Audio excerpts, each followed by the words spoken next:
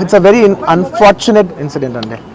It's an accident. ఇది ఎవరి తప్పు కాదు, ఇది ప్యూర్లీ ఒక యాక్సిడెంట్. అందరూ పాజిటివ్ ఇంటెన్షన్తో పోలీస్ కూడా ప్రొటెక్షన్ ఇవ్వాలని, నేను కూడా మంచి సినిమా అందివ్వాలని, లేకపోతే చేసారు అందరు థియేటర్స్ కూడా జనాల్ని సేఫ్గా చూసుకోవాలని అందరూ ఒక మంచి ఇంటెన్షన్తో చేసినా కూడా ఒక ప్యూర్లీ ఒక యాక్సిడెంట్, ఇది ఒక హ్యూమన్ యాక్సిడెంట్, ఎవరి కంట్రోల్లో లేదు. ఫస్ట్లీ అది అందరికి చెప్దాం అనుకున్నాను.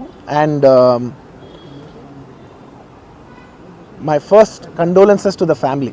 నా ఫ్యామిలీకి నిజంగా జరిగింది చాలా చాలా చాలా అన్ఫార్చునేట్.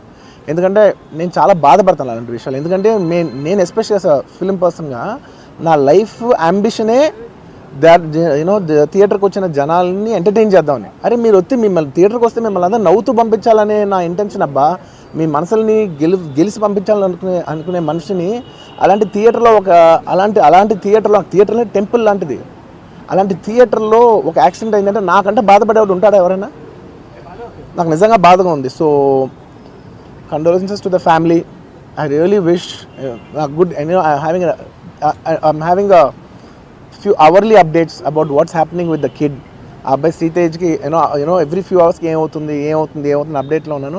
గుడ్ థింగ్ ఏంటంటే తను బాగున్నాడు, లైట్లా కదులుతున్నాడు, he's progressing. This good thing that's are happening. ఇన్ని మిస్ హ్యాప్స్లో అదొక్కటి ఆనందపడగలిగిన విషయం.